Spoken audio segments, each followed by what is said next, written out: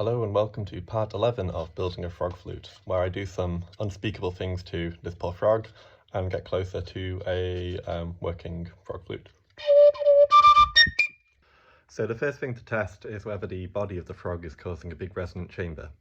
And a way we can do this is by drilling a bunch of holes into the resonant chamber to see if it then solves the problem. If there's holes to the outside world, it doesn't resonate, at least it doesn't resonate as well. So yeah, so here comes the drill.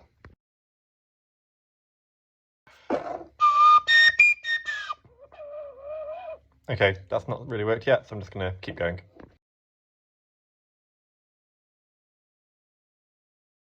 Okay, so after a while of doing unspeakable things to this frog, still having the sound problems, and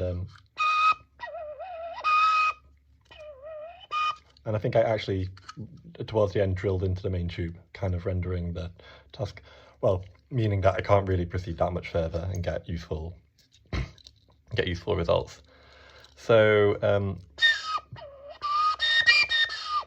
so it seems it's possibly not the resonance issue that's the main culprit, and perhaps something just about the surface of the actual surface of the tube inside, whether it's strong enough.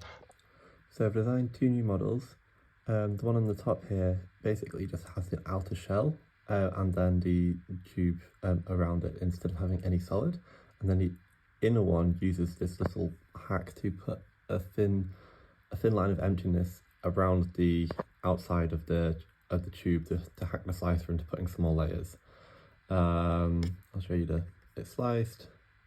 You can see that in green here, there's a lot of support material in the hollow one at the top.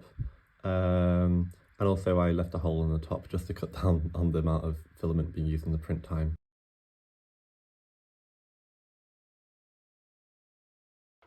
Okay, so the one where I tried to do the slicer hack to get extra thick walls around the inner tube basically doesn't work at all. Well, it's not any better than the previous version.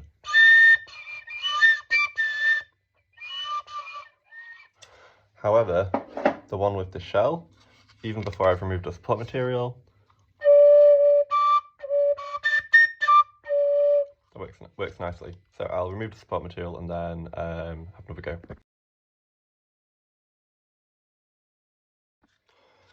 Okay, so after a lot of faffing around, managed to get basically all the support material out.